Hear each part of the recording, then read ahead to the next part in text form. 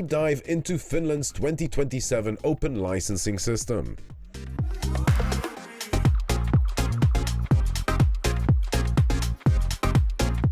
Lovely to see you all here. I hope you have really enjoyed Sigma this year as well. My name is Minna Ripatti. I'm the founding partner of Legal Gaming Attorneys at Law, attorney in Finland. I'm today here with Antti Koivula, legal advisor from Legal Gaming, and Heikki Koivula, our head of compliance. Finland is about to regulate, so we have some very interesting changes ahead. This panel is now named as training. And what I would like to say when we talk about training, it's not only about submitting the right documentation, fulfilling the documentation correctly. It's also already now, considering the market opportunities, considering whether it's worthwhile, entering the market. So we will go through with Antti and Heikki a little bit about the Draft Gambling Act that was recently notified in Finland. So let's start. Finland started the regulation or the opening of the market process roughly a year ago. They have sticked to the timeline fairly good. We got the first draft in July this year, and now 1st of November this year, they notified the Draft Gambling Act to the EU Commission. Heikki, maybe you can tell a little bit about the timelines that we see at the moment. Thank you, Minna. So yes, a couple of weeks back, the EU Commission was notified about the Draft Gambling Act, and going forward from here, the parliamentary process. Okay, so I got my voice here. I will start from beginning. So the EU Commission was notified recently, just a couple of weeks back, 1st of November, and going forward from here, there will be parliamentary process in Finland, which will begin next year, spring or at the latest autumn. And the actual law will enter into force in the beginning of 2026.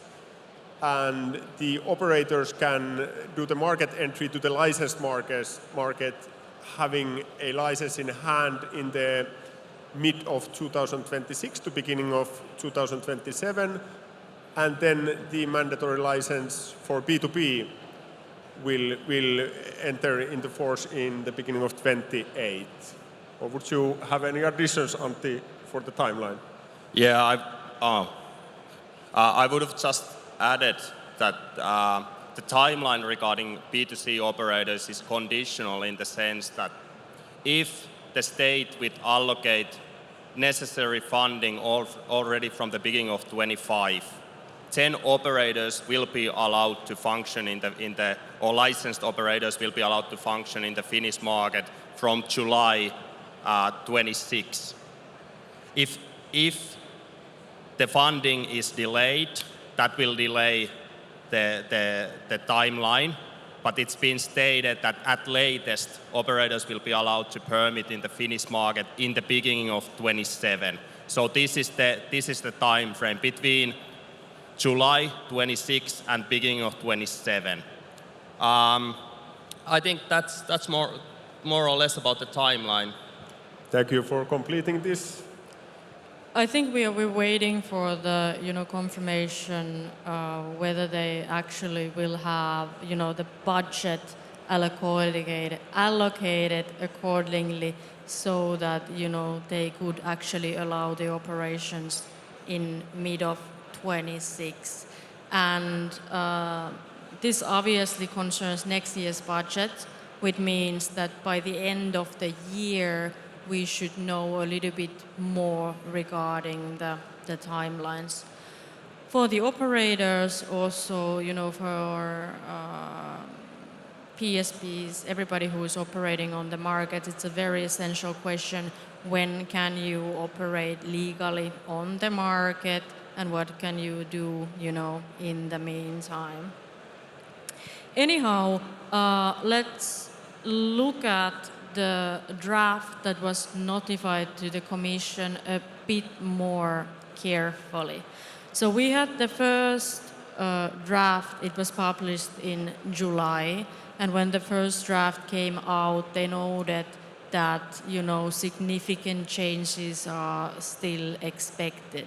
And if we are comparing the version that was notified now to the European Commission compared with the version that was, published in July, I think you can clearly see that, changes were made.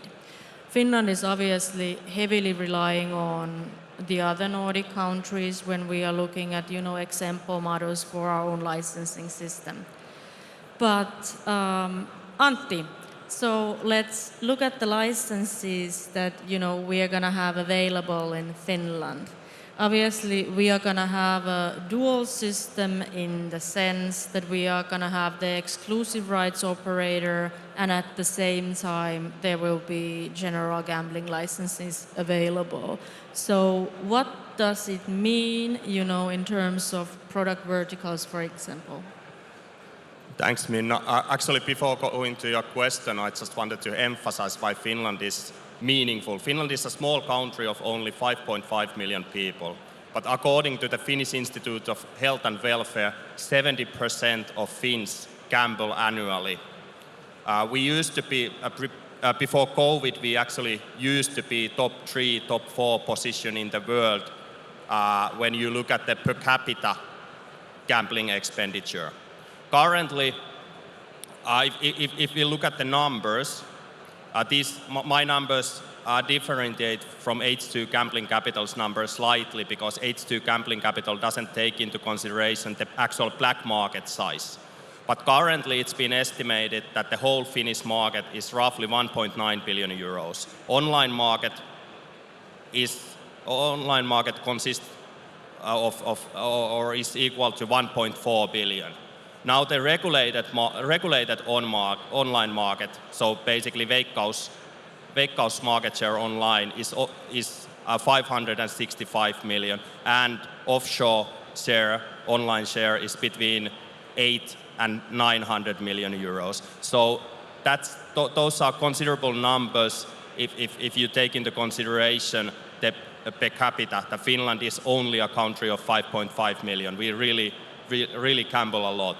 Now, going to your question, Minna, as mentioned, there's going to be basically two exclusive rights licenses. They are not really that interesting because they will go to the national gambling operator Veikkaus, at least to begin with. The way how the law has been written actually allows the sale of or partial sale of Veikkaus at some states. So that's why they have, in a matter of speaking, artificially defined that Veikkaus operations will continue under an exclusive rights license, and there are 2 of those. Now, if we look at the actual gambling licenses or the product verticals which are available under gambling licenses, there's going to be 3 types of betting: fixed odds sports betting, pari-mutual sports betting, and virtual betting as well. And all betting licenses include also the retail market. So operator who obtains a license for fixed odds sports betting, for example, they may offer it online and offline as well if they wish to do so. In addition to those 3 betting verticals, licenses will include electronic bingo and, most importantly, online casino games and online slots. But under these licenses, it's not allowed to offer these products on a retail sector, only online. As you can see from back there, tax rate is obviously the most biggest expense. That's set to 22% of the cross-gambling revenue. In addition to tax rate, there's gonna be a licensing fee, which is extremely modest. But actually, the Finnish state has created the system in a bit of a different manner. That there's gonna be a supervision fee, which ranges from 10,000 euros to 434,000 euros annually, depending on the cross-gambling revenue the operator makes in the Finnish market. The biggest category applies for operators making at least 50 million euros annually, and the smallest category for operators making at maximum 100,000 euros. Yeah, maybe something to add. We don't have an actual, cooling off clause written in the draft law, but we do have, let's say, some similarities to this when we are looking at the sections concerning suitability. So obviously, when we are looking at the applicants, it's very standard that we are looking, what is your background? Do you have criminal convictions? Your track record? How it is in every single, jurisdiction when you are applying for a license. Also in Finland, what they are looking at is now that they've inserted their clause that, if you have received after 1st of September 24 a prohibition order from the administrative authorities, then you would not be suitable to receive a license. So do you have, Antti, something to add regarding the suitability? Actually, I'm already looking forward to moving on marketing, if we may. That's what everyone is always interested about. Yeah, I think everybody's here because of the marketing. So if we are looking at the draft law that was now notified 1st of November, the basis is very much there what Veikkaus is allowed to do at the moment. So I think there is, a clear. They have based the law what is allowed now. They are allowing social media marketing on your own website without social interaction, which means that there are some limitations when it comes to commenting, etc. This, essentially means that influencers are not allowed. TV, radio is fine, newspapers are fine, marketing outside, is fine. Regarding direct marketing, direct marketing is only allowed if the if the subject has given their express consent to it. Obviously, to the marketing methods you just mentioned, there are restrictions included in them, but that's more or less the general picture. I think what is very unfortunate, what we are seeing in Finland now, is that they are trying to, introduce an affiliate ban, which, essentially means, how it's written now, is that... regarding affiliate ban, without going too in depth into it, it's rather clear that will really hurt the channelization rate. Affiliates are not going to disappear from the Finnish market, and given the fact that there is no official target regarding the channelization rate, but it's been unofficially stated that the aim is at least 90%. And without affiliates or traditional affiliate marketing, it remains to be seen whether that's achievable. I have my doubts. I don't think that's gonna happen. It should be also mentioned that regarding bonuses, they will be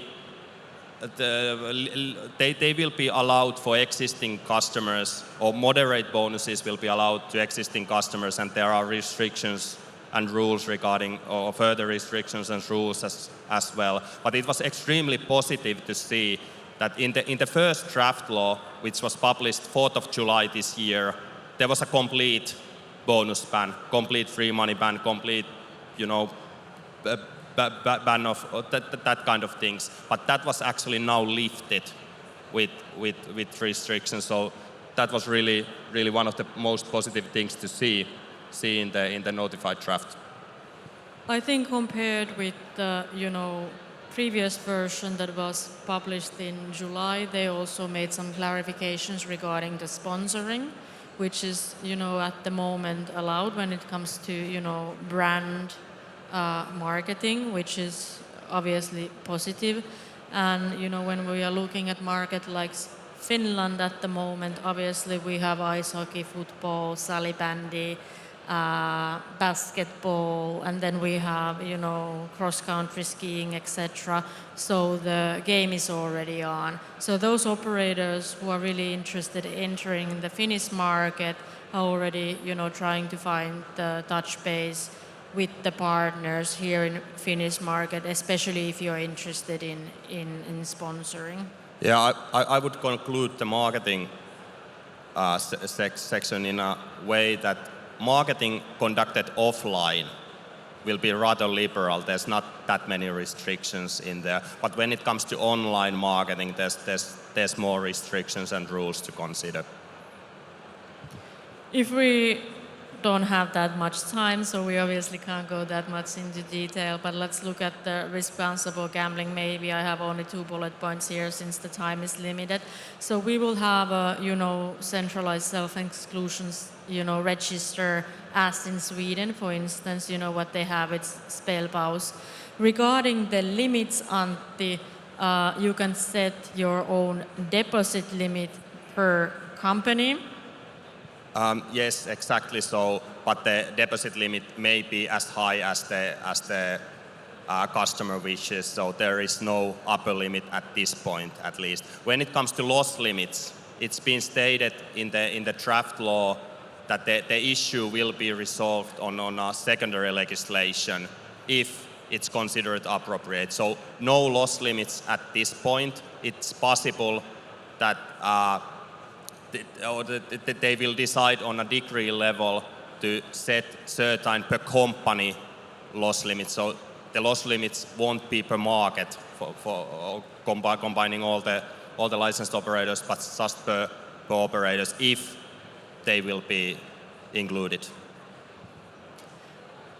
So we are going to have a new, licensing authority in Finland, the National Police Board, which is currently, supervising gambling activities. They will take over the task until the new authority is established.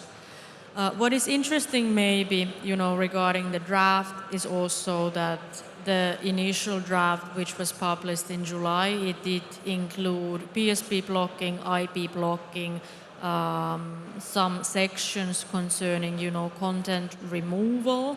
Also, the rights for the supervisory authority to do some test purchases, which we have obviously seen in some other jurisdictions as well. These are all deleted. So they are not, included in the draft, which was, now notified over roughly a bit more than a week ago. Antti, what is your speculation? Why were they removed? Yeah, at this point, the aim was to hasten the schedule.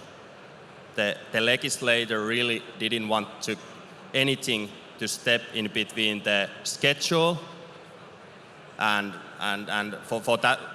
My understanding is that for that reason, the PSP blocking system and ISP blocking system and test purchases, which were all included in the July's draft version, they were taken away as the legislator didn't want to, endanger the schedule and cause delays. It would have been possible that during the parliamentary process, and also likely that during the parliamentary process, for example, Constitutional Law Committee could have found something questionable regarding these sections, and for that reason they took them out, and they left the back door open that they may reconsider including these sections at a later stage if that's considered appropriate. But this really raises major concerns for me. I mean, the enforcement and supervision against black market is always extremely difficult.